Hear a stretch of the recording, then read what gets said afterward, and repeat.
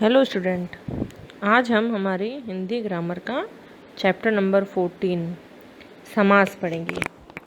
ठीक है, तो चलिए इसे शुरू करते हैं।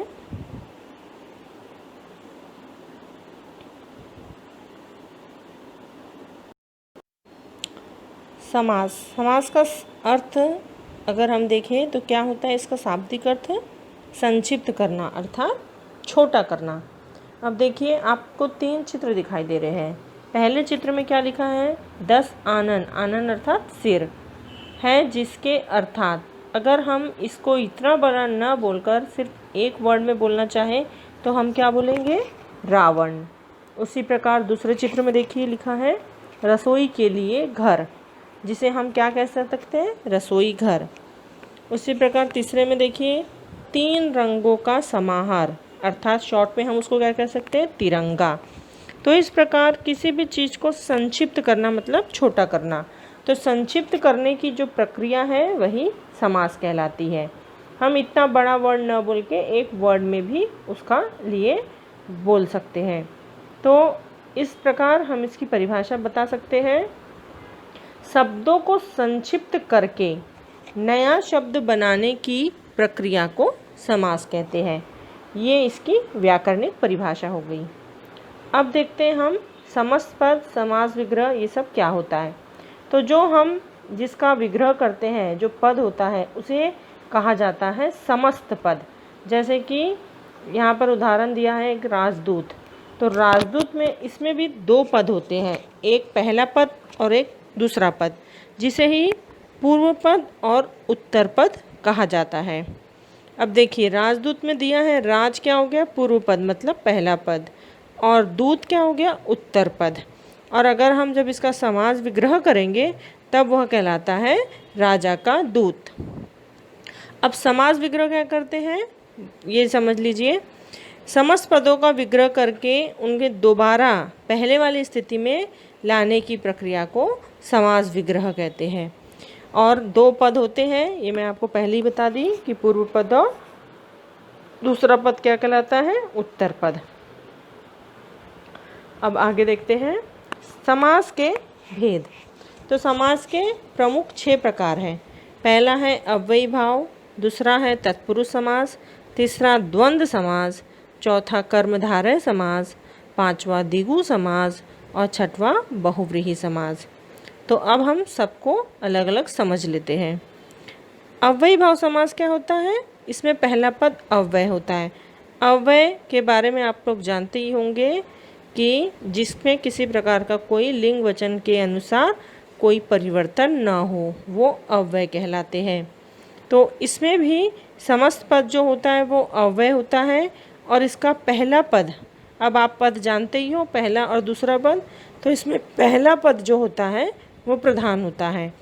आप 1-2 उदाहरण देख लीजिए, जैसे यथाशक्ति, तो हम इसका विग्रह क्या करेंगे, शक्ति के अनुसार, यथाविधि, विधि के अनुसार। तो इस प्रकार इसमें और बाकी बहुत से उदाहरण भी दिए हैं, इसको आप अच्छे से एक बार रीड करिएगा। अब नेक्स्ट है हमारा तत्पुरुष समास। अब देखिए, तत्पुरुष समास में कह रहा है कि दूसरा पद जो उत्तर पद होता है वो प्रधान होता है, और दोनों पदों के बीच में परसर्गों का लोप हो जाता है।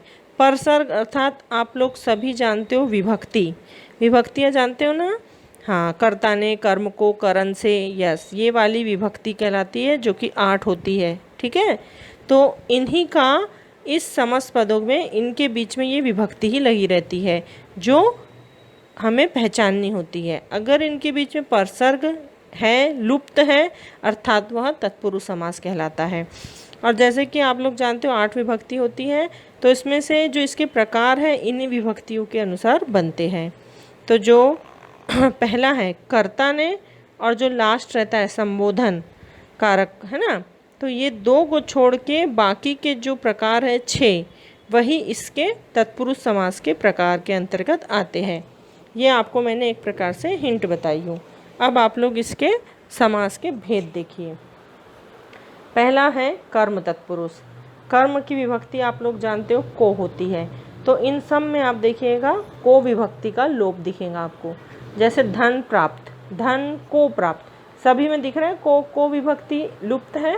हाँ, तो ये हो जाता है कर्म तत्पुरुष। अब सेकंड देखते हैं करण। करण तत्पुरुष, इसका विभक्ति चिन्ह होता है से। करण अर्थात किसी साधन के रूप में प्रयोग होता है ना। जन्मांध, जन्म से अंधा, ठीक है। और इसमें द्वारा विभक्ति का भी प्रयोग होता है, तो तुलसी कृत, तुलसी द्वारा कृत, ठीक है। तो इस प्रकार इसमें विभक्ति से का आपको लोप दिखाई देगा। अब है नेक्स्ट संप्रदान। संप्रदान का चिन्ह होता है के लिए। अब जैसे दिया है राह खर्च, राह के लिए खर्च, आपको उसका विग्रह करना भी आना चाहिए, और अगर विग्रह दिया है तो समास पहचानना भी आना चाहिए। ये दो प्रकार की आप लोग को अभ्यास प्रश्न आते हैं। रसोई घर, रसोई के लिए घर। मैं एक एक दो उदाहरण आपको बता रही हूँ, आप लोग बाकी के जितने उदाहरण हैं सब अपनी बुक से अच्छे से रीड करेंगे। अब इसमें नेक्स्ट है अपादान। अपादान में देखिए, इसमें भी से चिन्ह का लोप होता है, जैसे कि पुष्पहीन, पुष्प से हीन, मतलब अलग होने का जो भाव बोला जाता है।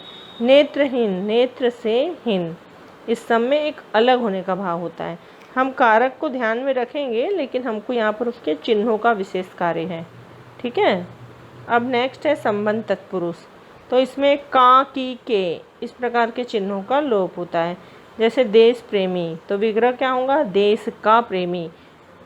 शिव भक्ति, शिव की भक्ति, अर्थात का, की, इस प्रकार के विभक्ति चिन्ह इसमें छुपे हुए हैं। अब लास्ट है अधिकरण तत्पुरुष।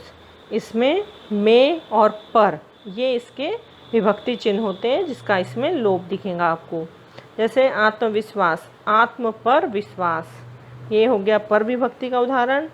कुल श्रेष्ठ, कुल में श्रेष्ठ, ये इसका विग्रह है, अर्थात इसमें में विभक्ति का समस्त पद में लोप दिखाई दे रहा है।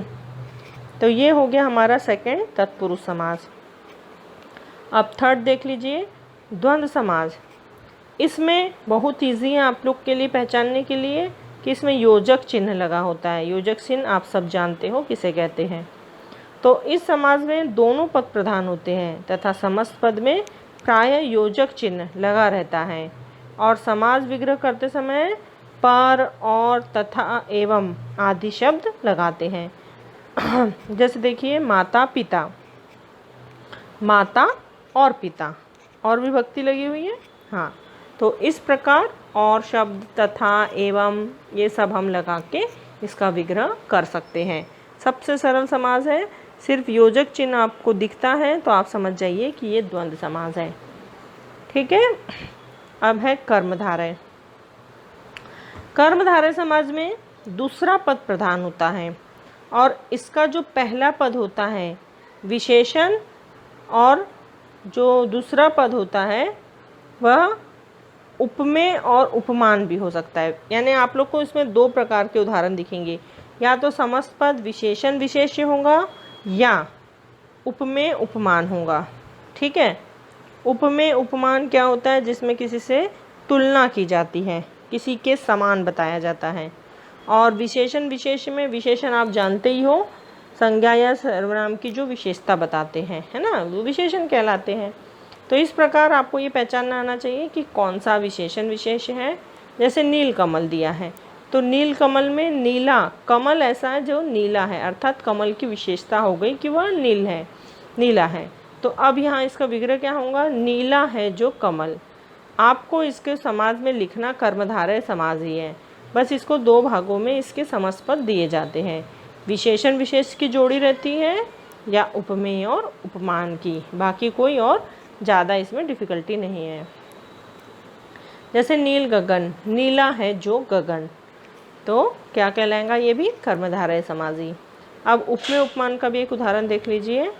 कमल नयन, अर्थात कमल के समान नयन, मतलब यहाँ जो नयन अर्थात आँखें हैं उन्हें किसके समान बताया जा रहा है, कमल के समान बताया जा रहा है। तो ये समानता बताई जा रही है। तो यहाँ पर उपमेय और उपमान का संबंध प्रदर्शित हो रहा है। बाकी के सारे उदाहरण अच्छे से आप लोग रीड करिए तो और भी क्लियर होते जाएगा। अब नेक्स्ट है द्विगु समाज। ये भी बहुत सरल समाज है। इसको पहचानने का सबसे सरल तरीका है कि इसका जो पहला पद होता है वो कोई ना कोई संख्या होता है और इसमें दूसरा पद प्रधान होता है। तो अगर आपको पहला पद संख्या दिखा तो आप उसको द्विगु समाज कह सकते हैं। जैसे कि पंजाब, पंजाब में अगर विग्रह करने जाएंगे तो होता है 5 आबों, आबों मतलब नदियों का समूह। तो यहाँ 5 आ गया।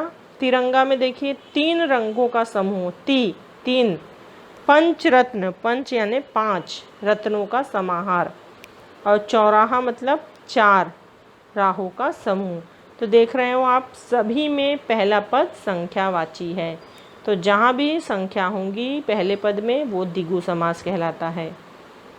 अब 6 एंड लास्ट है बहुब्रीहि समास। अब इसकी विशेषता यह है कि इसमें न पहला पद प्रधान होता है न दूसरा, बल्कि तीसरा पद प्रधान होता है। अब आप बोलोगे तीसरा क्या होता है, तो मतलब इसके द्वारा जो विग्रह होता है उसमें किसी तीसरे व्यक्ति के बारे में हमें जानकारी प्राप्त होती है। कैसे, देखो, लंबोदर, लंबा है उदर जिसका। हम सभी जानते हैं कि लंबोदर किसे कहा जाता है, गणेश को, और किसी व्यक्ति को लंबोदर नहीं कहा जा सकता। एक प्रकार से आप ये भी कह सकते हो कि ये किसी व्यक्ति विशेष, वस्तु विशेष, स्थान विशेष के लिए रूढ़ हो जाते हैं। आप लोग ने यौगिक, योगरूढ़ और पढ़े थे ना, हाँ, बस उसमें भी इस प्रकार के उदाहरण आपको मिले थे। तो यहाँ पर भी हम जो थर्ड व्यक्ति के बारे में या थर्ड विशेष व्यक्ति, स्थान, इसके जैसे हिमालय, हिमकाल, हिमालय पर्वत एक ही है तो हम उसे बहुब्रीहि में ले सकते हैं। ठीक है। तो अब जैसे चतुर्भुज और देख लीजिए एक बार। 4 है भुजाएं जिसकी, अर्थात विष्णु, है ना, विष्णु के लिए ही कहा जाता है। और बाकी भी आप लोग सब देख सकते हैं। दशानन, 10 है मुख जिसके, अर्थात किसे कहते हैं, रावण को ही कहते हैं ना।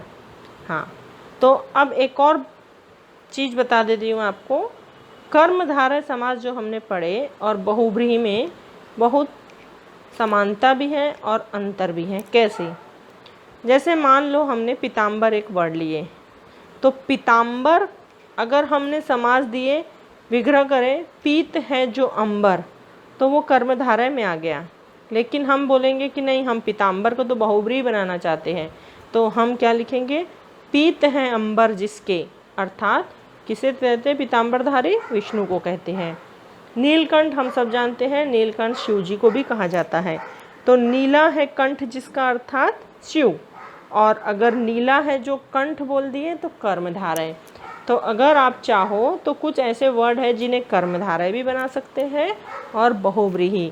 लेकिन ध्यान देने योग्य बात ये है कि अगर हम बहुब्रीहि बना रहे हैं तो उसका समास विग्रह बहुब्रीहि के अनुसार होगा, और अगर हम कर्मधारय बना रहे हैं तो हम उसका समास विग्रह कर्मधारय के अनुसार करेंगे। ऐसा नहीं कि आप कर्मधारय समास का विग्रह कर दिए और नाम बहुब्रीहि का डाल दिए, तब रॉन्ग हो जाएगा। आपको समास के अनुसार विग्रह करना भी आवश्यक है। तो ये आप ध्यान में रखिएगा। जिस प्रकार कर्मधारय और बहुब्रीहि को कर सकते हैं, उसी प्रकार द्विगु और बहुब्रीहि में भी अंतर है। देखिए, अब जैसे चतुर्भुज, अगर मैंने इसको 4 भुजाओं का समूह कहा तो ये द्विगु बन गया। लेकिन अगर हम कहेंगे कि हम इसे बहुब्रीहि बनाना चाहते हैं तो हम क्या कर देंगे, 4 है भुजाएं जिसकी, अर्थात विष्णु। तो यहाँ पर भी वही वाली आप लोग को शर्त याद रखनी पड़ेगी कि अगर हम द्विगु बना रहे हैं तो द्विगु जैसा इसका समास विग्रह करना आवश्यक है, और अगर हम बहुब्रीहि बना रहे हैं तो उसी के समान उसका समास विग्रह होगा। तो ये सारी चीज़ें आपको ध्यान रखनी आवश्यक है। अब एक मुख्य अंतर संधि और समास में जान लीजिए। जब हमने संधि पढ़े थे तो हमने कहा था कि वर्णों का मेल होता है। अब मैं वर्ण क्या होते हैं नहीं बताऊंगी, आप लोग सब जानते हो, है ना। और लेकिन समास में क्या होता है, शब्दों का विग्रह भी होता है, संक्षिप्तकरण भी होता है। तो इसमें शब्द यूज़ होते हैं और संधि में वर्ण यूज़ होते हैं। तो ये सबसे प्रमुख अंतर है संधि और समास में। तो ये था हमारा व्याकरण का लास्ट चैप्टर समास, और हमारे मिड टर्म का भी लास्ट चैप्टर था समास। अब हम नेक्स्ट वीडियो में पढ़ेंगे महाभारत के चैप्टर, और महाभारत के चैप्टर छोटे छोटे से हैं, इसीलिए मैं एक वीडियो में कम से कम 2-3 चैप्टर कवर करने की कोशिश करूँगी। तो आप लोग ध्यान से अच्छे से इन सब वीडियो को पढ़िए, सुनिए, क्योंकि MCQ क्वेश्चन आने वाले हैं, तो आपको चैप्टर को समझना बहुत आवश्यक है। ठीक है, ओके। इसके PDF द्वारा नोट्स भेज दिए जाएंगे, आप अपनी बुक में कंप्लीट कर लीजिएगा। ओके, ठीक है बेटा। Thanks student.